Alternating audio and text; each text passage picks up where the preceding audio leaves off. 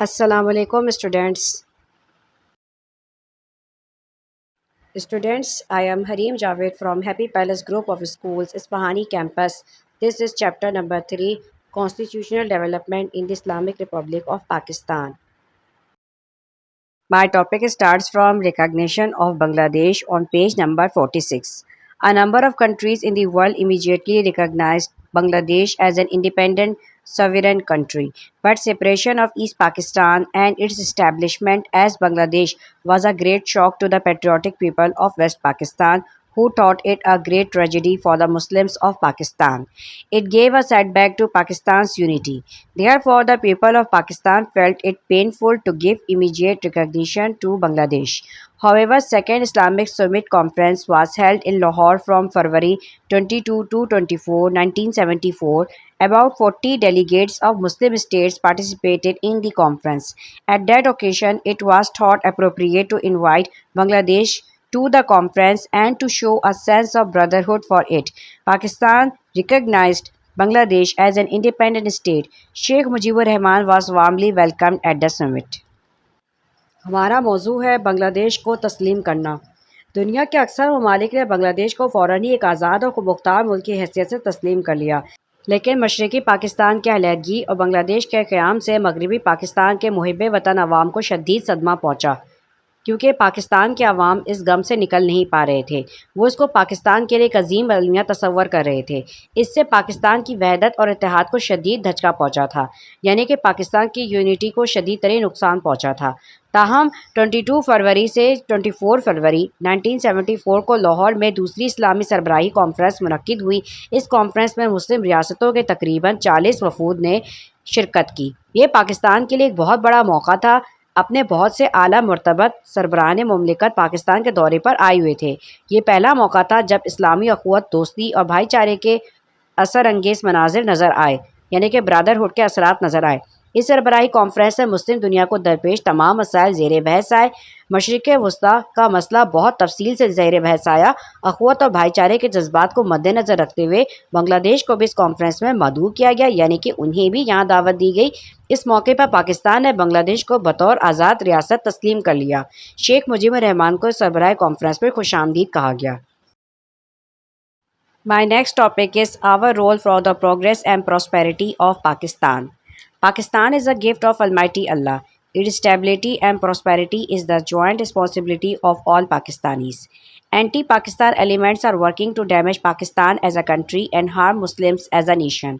Under these circumstances and responsibilities are manifold. In order to keep Pakistan strong and prosperous, we should: point number 1. Work hard in all the spheres of national development to make the country prosperous and economically independent. Point number 2. Think ourselves about ethnicity and regionalism. Point number 3. Manifest our love and patriotism for Pakistan in word and deed. Point number 4. Educate our younger generation and spread education in every nook and corner of the country. Point number 5. Try to become self-reliant and avoid seeking loans and aids from others. This would be possible through dedicated hard work. Point number 6. Establish a system of government based on social justice and eradicate corruption in all its forms. And last, point number 7. Feel proud as Pakistanis. Students, ہمارا ایک حصہ ہم سے علیحدہ ہو گیا، یعنی کہ ایک الگ ملک بن گیا بنگلہ دیش کی صورت میں۔ اب پاکستان کی ترقی و خوشحالی میں ہمارا کیا کردار ہونا چاہیے، اس نظریے کو اب ہم دیکھتے ہیں اور اس ٹاپک کو اب ہم سمجھتے ہیں۔ پاکستان عطیہ خداوندی ہے، اس کا استحکام و خوشحالی تمام پاکستانیوں کی ذمہ داری ہے۔ پاکستان مخالف عناصر اور قوتیں بحیثیت ملک پاکستان کو اور بحیثیت قوم مسلمانوں کو نقصان پہنچانے کے درپے ہیں، یعنی کہ اسٹوڈنٹس ہمارے کئی دشمن عناصر موجود ہیں۔ ان حالات میں ہماری ذمہ داری یہ ہے کہ ہم یونٹی کے ساتھ رہیں۔ پاکستان کے استحکام و خوشحالی کے لیے ہمارا کردار حسب ذیل ہونا چاہیے۔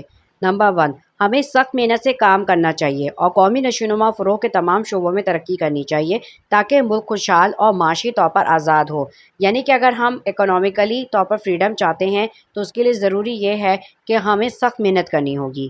نمبر 2، ہمیں لسانیت اور علاقائیت سے بلند ہو کر سوچنا چاہیے، یعنی کہ ہمیں جو ہے نا وہ ہر قسم کی ریجنلزم اور ہر قسم کی لسانیت یعنی کہ کسی بھی کاسٹل سسٹم پہ جانے کے بجائے اس سے اوپر جا کر ہمیں اب سوچنا ہوگا۔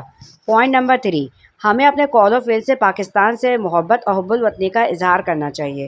ہمارا کام ایسا ہونا چاہیے اور ہمیں اپنی ایسے بیانات کو رکھنا چاہیے جس سے اس بات کا اظہار ہو کہ ہم پاکستان سے محبت کرتے ہیں۔